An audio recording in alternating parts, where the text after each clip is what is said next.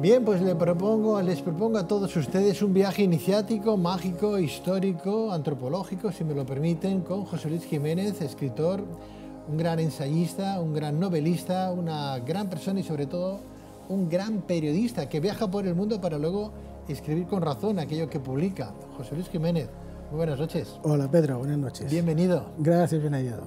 Gracias. Hacemos un recorrido por ese magistral último libro tuyo, ¿sí? Y descubrimos, no sé, dónde está Avalón, la tierra mítica y mágica del rey Arturo y compañía. Pues sí, mira, en este último viaje precisamente que fui a recorrer estas tierras de las islas de Gran Bretaña, pues uno de los lugares míticos por excelencia es lo que se conoce como Avalon, o mitológicamente se le llamaba así, a una zona que está situada en lo que es la ciudad de Glastonbury. Allí hay una abadía del mismo nombre, Glastonbury, donde se supone que se encontraría esta isla, porque Avalon era una isla. Avalon también es un nombre que se deriva de los celtas, que vendría a significar como la tierra de manzanas. O sea, ¿no? ¿Avalón existió entonces? Sí, Avalon existió y existe. Y existe. Claro, de hecho lo que sucede es que cuando nos habla la leyenda artúrica, que es cuando empieza a hablar del Grial, del Santo Grial, que José de Arimatea va a llevar consigo hasta Avalon. Claro, no sabíamos en un principio a qué lugar se referían. Después, continuamente en la historia, investigadores que han ido descubriendo pruebas y porque pistas. En aquella época Avalón ya se llamaba Avalón. Claro, era el nombre que se le daba, porque era tierra de manzanas. Tierra de manzanas. Ese es el significado, la traducción. Y el Santo Grial llegó, estamos viendo unas imágenes, ¿el Santo Grial llegó por José de Arimatea ahí? Sí, la leyenda nos sitúa a José de Arimatea sobre el año 60 y algo después de Cristo, en estas tierras, en esta zona. Él va a ir, o dice, trajo el Grial. Claro, él llevaba consigo, ya lo hemos comentado en algunos programas tuyos de radio, a lo que yo entiendo que era el Grial. El Grial, la palabra sangrial sería... Sangre real. Exactamente, es del occitano, una lengua, diríamos, como el catalán antiguo. O sea, ¿no era un cáliz entonces? ¿No era el cáliz donde Jesús bebió, tomó el vino la última cena? Claro, ¿no? esa acepción que tú comentas es la que se tenía en origen por la Iglesia, sobre todo, para justificar este recipiente que contenía esta sangre sagrada, porque un cáliz es un recipiente que contiene una sangre sagrada. ¿Por qué? Porque es la sangre de Jesús y porque Jesús era el rey de los judíos, por eso se le crucificó, de ahí lo de sangre real, ¿no? Porque era rey. Entonces no estamos hablando de un cáliz, de una copa, cuando hablamos del Santo Grial. Estamos hablando de la sangre de Jesús. La sangre de Jesús es la que van a tener, ¿quién? Sus descendientes. De ahí el cáliz sería el cáliz vivo, por decirlo viviente, sí. María Magdalena, que era la madre. ¿Tú querrías decir entonces que María Magdalena tuvo relaciones con Jesús? Sí, tenemos evangelios apócrifos que nos hablan de ello. Dicen que Jesús y María Magdalena eran esposos, que era un matrimonio que se diferenciaba del profano. Además dice en el mismo evangelio, que te hablo del evangelio apócrifo de Felipe, donde dice que Jesús tenía un hijo, o existía el misterio del Hijo del Hombre, que es como se le llamaba a Jesús, y el misterio del Hijo del Hombre. Dios le da a Jesús la facultad de crear y él tiene también la de engendrar. Y bueno, podríamos hablar ahora... Apócrifo significa oculto, ¿no? Oculto. Sí, oculto o no reconocido por la Iglesia. Por la Iglesia claro, católica. Porque son escritos que se ocultaron en el siglo IV a partir del concilio de Nicea, que se lleva a cabo en el 325, en Nicea, en este lugar que se produce. Hay una serie de sacerdotes o de monjes que están viendo que se están destruyendo muchos documentos que hasta entonces eran válidos y eran coetáneos con los 4 canónicos. José, y esos son los que se van a ocultar y se descubren, y acabo con eso, Pedro, en el año 1945 en Nag Hammadi, es decir, hace apenas 75 años. Sí. En Valencia tenemos un cáliz sagrado. Sí, este es el cáliz de Valencia. Sería... Hablaríamos de 2 santos griales, entonces uno que sería la copa propiamente dicha, ¿verdad? Y otra cosa sería el sangrial, el santo grial, que sería la sangre de forma metafórica que llega a estas costas, porque María Magdalena, ¿no? Estaría engendrada. Sí, hemos hablado en otras ocasiones, para no extendernos mucho. Ella va a tener 2 hijas gemelas, como yo cuento en mis libros. Una de ellas es la que va a ir con José de Arimatea, que no olvidemos que José de Arimatea era el tío segundo de Jesús. es decir, era el tío de María, la Virgen, de su madre, Sí. Se llamaba él José y su padre, el de María la Virgen, era Joaquín. Entonces, José de Arimatea era el hermano menor, se diferenciaba muy poco con Jesús, ¿no? Porque era menor que María. Y este es el que va a llevar a Jesús a estas tierras, incluso cuando es joven, porque José de Arimatea era una especie de ministro de minas del Imperio Romano. Él tenía muy buena relación, incluso con el prefecto que va a crucificar a Jesús, con Poncio Pilatos, ¿no? José Luis, sin querer irnos de Avalón, porque hablamos de un rey, de una mitología artúrica, ¿no? ¿El rey Arturo dónde está enterrado, se sabe? Bueno, el rey Arturo, efectivamente, al principio existían dudas, se pensaba que era una leyenda, que no era real, pero en el siglo XII, a principios, los monjes de este lugar, de Avalon, de Avalon, pero es Glastonbury, sería la abadía. Mira, creo que hay una fotografía por aquí que aparece, ¿sí?, el lugar exacto donde se encontró la tumba del rey Arturo. ¿Cómo se supo que era la tumba del rey Arturo? Bueno, pues por los análisis que se llegaron a hacer del carbono 14, de los restos de los huesos, y la documentación que se encontró en la abadía. Esta es la abadía de Glastonbury, donde los monjes van a encontrar toda la documentación que hacía referencia al rey Arturo. ¿Es la misma abadía o la iglesia del Temple del siglo XII? No, la iglesia del Temple está, diríamos, más al este. Esto estaría en otra zona de Gran Bretaña, y Londres la tenemos al este. Entonces, la iglesia del Temple se encuentra en el centro de Londres, de la City antigua, porque Londres tiene el Gran Londres y la City, y este estaría en un barrio que incluso tiene el nombre del Temple, se le conoce así. No quiero que me quiten la imagen que está ahora impresionada en pantalla. Esto sería la antigua abadía, ¿no? Sí, los restos que quedan de la abadía de Glastonbury, donde supuestamente estaría enterrado el rey Arturo. En este lugar que vemos el cartel, ahí en inglés está diciendo que aquí se encontraron los restos, o sea, la tumba del rey Arturo. Dentro de esa tumba dejó algún escrito, conforme yo soy el rey Arturo, esta es mi espada, este es mi legado, algo... No, sé. Dentro de la tumba no, no, fueron los monjes los que consiguieron, o por lo menos parece ser que ellos sí que tenían esta información y sabían incluso más o menos dónde se podría encontrar enterrado. Y se encontró, como te digo, pues ya hace bastantes años, ¿no? Posteriormente, los investigadores que se dedicaron a investigar sobre el tema confirmaron que efectivamente, porque había muchas dudas, sí que se trataba del rey Arturo. ¿Y esta abadía entonces cómo se llama? ¿Cómo se llamaba? Es la abadía de Glastonbury porque es el lugar, la ciudad. En este mismo lugar, más arriba, hay un monte. Mira, ¿ves? Ahora estamos viendo en pantalla, ¿sí?, estos son los alrededores de Glastonbury. Vemos que está lleno de agua. Sí. Claro, hace 2000 años esto prácticamente estaba cubierto de agua.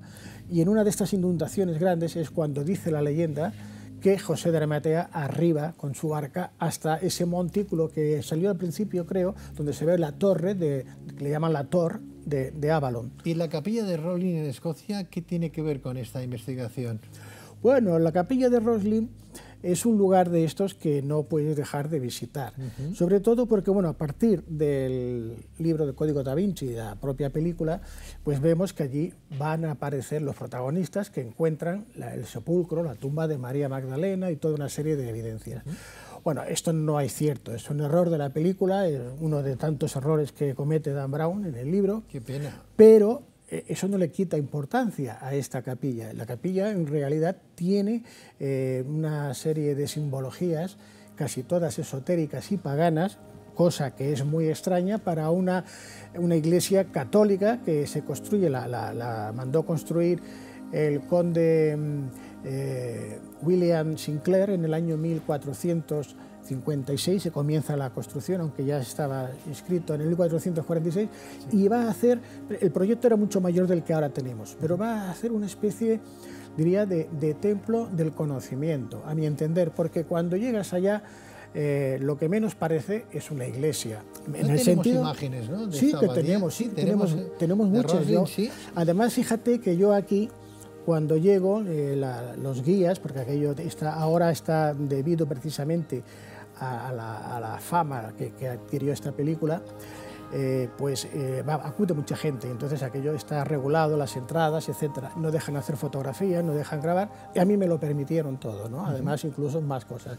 Esto que vemos en imágenes es la iglesia del Temple en Londres, es la sala circular, diríamos que imita a la iglesia del Santo Sepulcro en Jerusalén, y aquí vemos a esos caballeros templarios. Estas serían de alguna manera también las tallas que podrían haber estado en el sepulcro del rey Arturo, ¿no?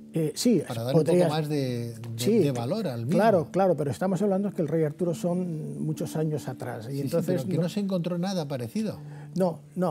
De hecho, estas imágenes, estas efigies yacentes, que cada una tiene una forma, tiene, digamos, una posición como indicando alguna señal, se creía que debajo estaba el cuerpo enterrado del caballero que representa. La sorpresa vino en la Segunda Guerra Mundial, a partir de 1941, cuando debido a unas bombas que destruyen media iglesia, al levantar para restaurar se dan cuenta que allí no están los cuerpos, que están vacíos. Sí que hay cuerpos de caballeros y de nobles, pero están en otros lugares de la iglesia o en el extramuro. José Luis, estamos hablando también de la capilla de Rosrín, ¿no? Sí, nos ponen imágenes, te iré indicando. Sí, y voy a pedir que nos las pongan, por favor, porque se ve que tú encontraste elementos que indican que Cristóbal Colón no fue el primero en llegar a América. Bueno, no, yo no es que encontrara esos elementos. Esto es lo que ya se conoce desde hace tiempo, que muchos o algunos autores han afirmado, cuando menos, que algunas de estas figuras que aparecen en los laterales, sobre todo en unas ventanas, que ahora si nos muestran las imágenes te indicaré cuál, serían unas especies de mazorcas de maíz, que es lo que en aquellos tiempos en Europa no existía aún, y también unas hojas de aloe vera, que tampoco estaban en Europa. O sea, el maíz, la aloe vera, la patata, el tomate, todo esto vino de América a partir del descubrimiento oficial, lo digo entre comillas, el descubrimiento oficial por parte de Cristóbal Colón. Claro, esta capilla, como te he dicho, se construyó en el año 1456, hasta el año 1492, que oficialmente se descubre. Pues dices, ¿qué pintan aquí?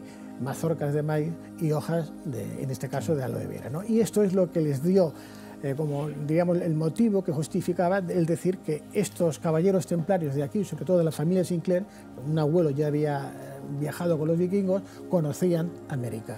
José Luis, de todo ese viaje, de toda esa casuística que nos vienes a presentar en de tu trabajo, tu último libro, nos hablas de un cementerio donde hay un monumento a un perrito llamado Bobby, ¿no? Nosotros que somos animalistas, que nos encantan los animales, ¿no? Nos conmueve esa historia. Ahí tenemos una imagen, por favor, compañeros, se la podemos ubicar. Háblanos de esa historia, de esa leyenda tan preciosa. Sí, esto sucede en el cementerio que hay en Edimburgo, el de Greyfriars. Es un cementerio que ya hace años que no se entierra a nadie, pero están todas las tumbas, los sepulcros de personalidades, y sobre todo la más famosa de toda Escocia, porque esto está en Escocia, en Edimburgo, como te digo, es la de un perrito pequeño de Skye Terrier, que resulta, estamos hablando de principios del siglo XX, su dueño era un vigilante que tuvo que dejar donde vivía en su pueblo para irse a la ciudad, al centro, a buscarse la vida, y empezó a trabajar de vigilante nocturno, colaborando con la policía de Edimburgo.